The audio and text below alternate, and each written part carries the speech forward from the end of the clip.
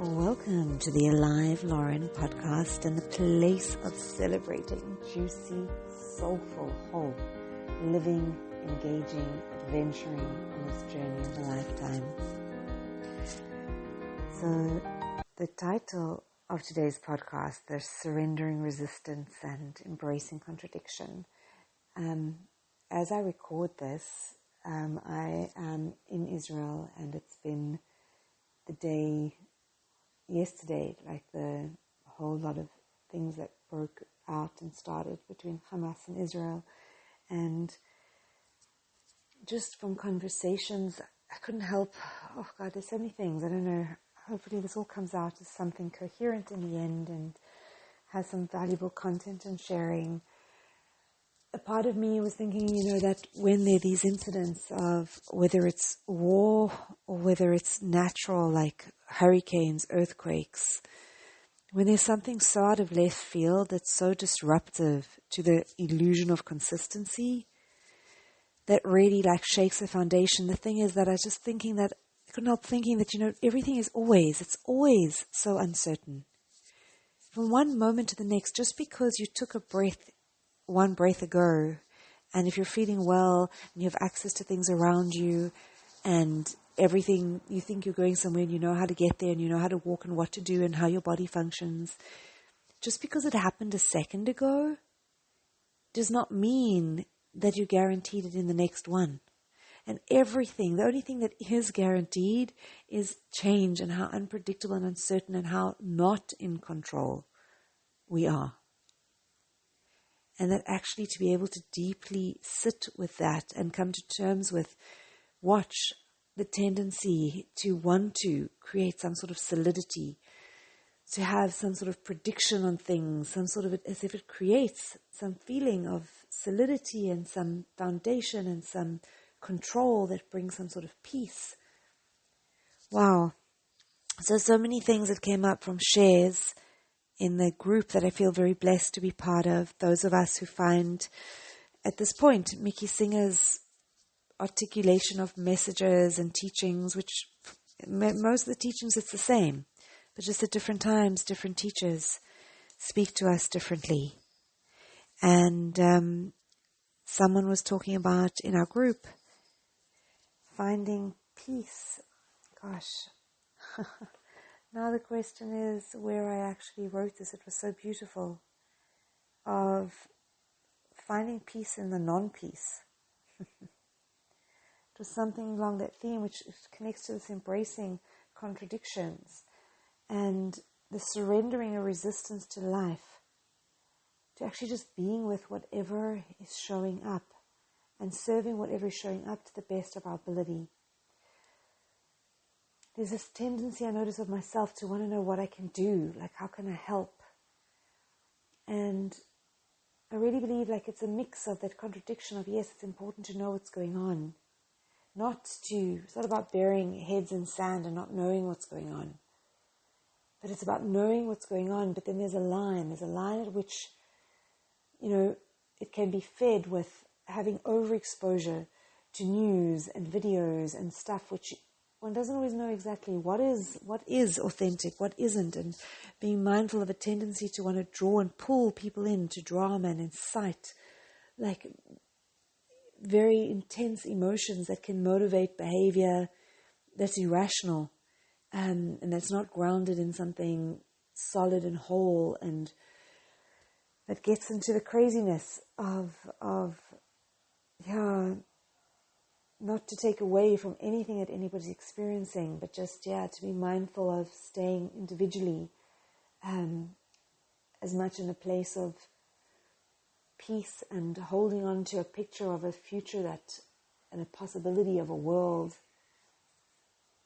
of nourishing meaning, of believing, that through whatever is happening, knowing that however real it seems, not that, yes, it's so much embracing the contradiction. Because on the one hand, yes, whatever is appearing, the stories and everything that's showing up in the world of form,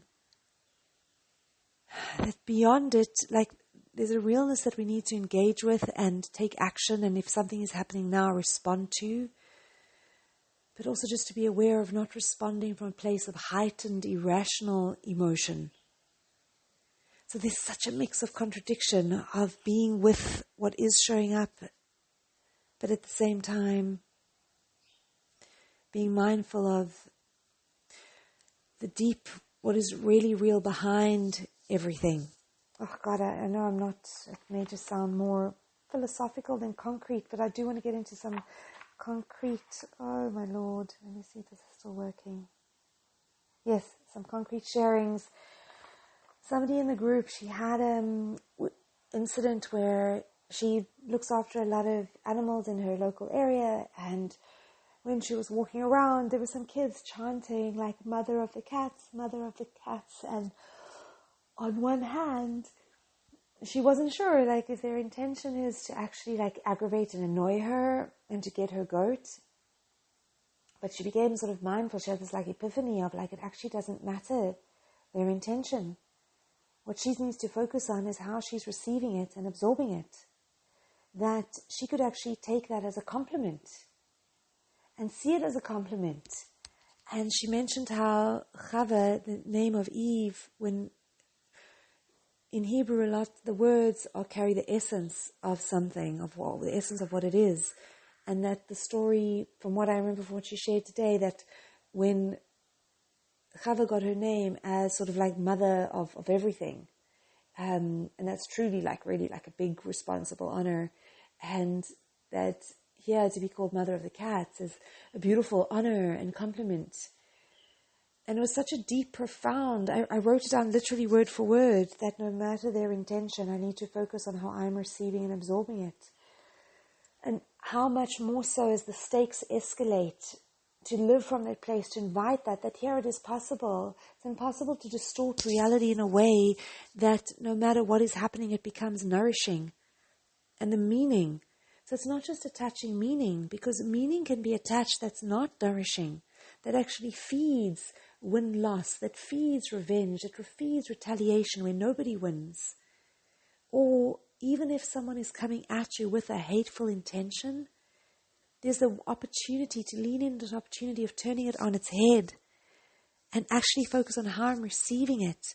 And that no matter what someone's intention is, that may we all receive it in ways that are nourishing, to inspire us to remain committed to a future that embraces all of life, that lets go of resistance, that realizes that there is constant contradiction and there can be appreciation for the pain. And one of the other ladies also, what I thought it was so magnificent. Oh my Lord, I need to find where I wrote this down. We're also to stay open, regardless, to receive and allow the flow versus resisting, and to elevate our vibration through appreciation.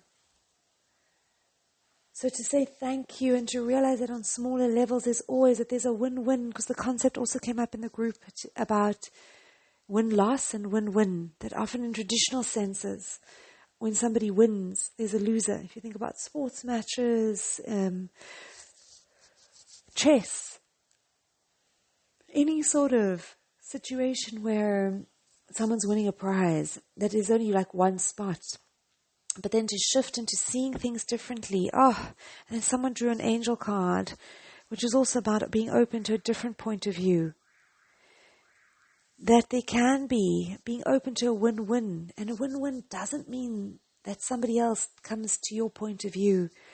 To embrace diversity and celebrate, like in our bodies, it's not that every cell is the same. Heart cells are different to liver cells, and even within each organ, there's cellular differentiation. But yet, all the cells function together in a healthy individual, that it functions in spite of and actually because of its diversity. So to say thank you for the diversity, thank you, even when it may not be obvious, but to hold space, to know that there can always be nourishing meaning. We can find nourishing meaning, and we can remain committed. to beauty and love and kindness and compassion and non-judgment in the face of anything and everything, that becomes the game. I'm just going to read this last part of this angel card that was so beautiful about the contradiction of sometimes be open to other people's ideas and perspectives, but don't be bound by them. Because if you're taking a very traditional approach to your challenges and things just don't seem to be moving forward, then it might be time to think outside the box. But on the other hand, if your attempts to be creative are merely reinventing the wheel, perhaps old-fashioned ways would be better.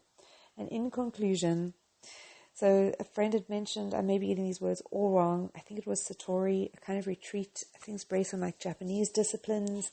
And if it is something like an arcana, which I may have the wrong term completely, where people get assigned a question to sit with and be with in silent meditation, as well as then partnered, where somebody keeps asking. So it could be a question like, who is in? It could be a question like, what is trust? And so when it's done in partnership, one person's asking the question and just sitting in silence to allow whatever bubbles to the surface for the other. And then sitting with it also in silent contemplation. And these answers that have these questions that have no direct, specific, one conclusive answer. And also these opportunities to engage paradox, and that there's no one definitive way, but the juiciness and everything lies in the paradox and the contradiction. So here, precious soul, on this note, may we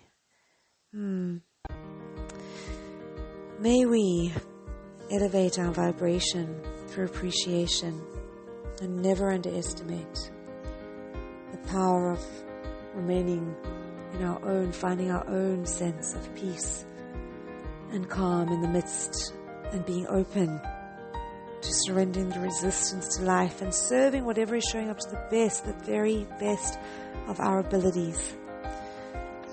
Knowing that no matter the intention, we can focus on how we choose to receive, and we can even distort a hateful intention to create a nourishing meaning, that we have that power, and in so doing can actually transform where we head and how we experience. Precious hearts, happy adventuring until we meet again.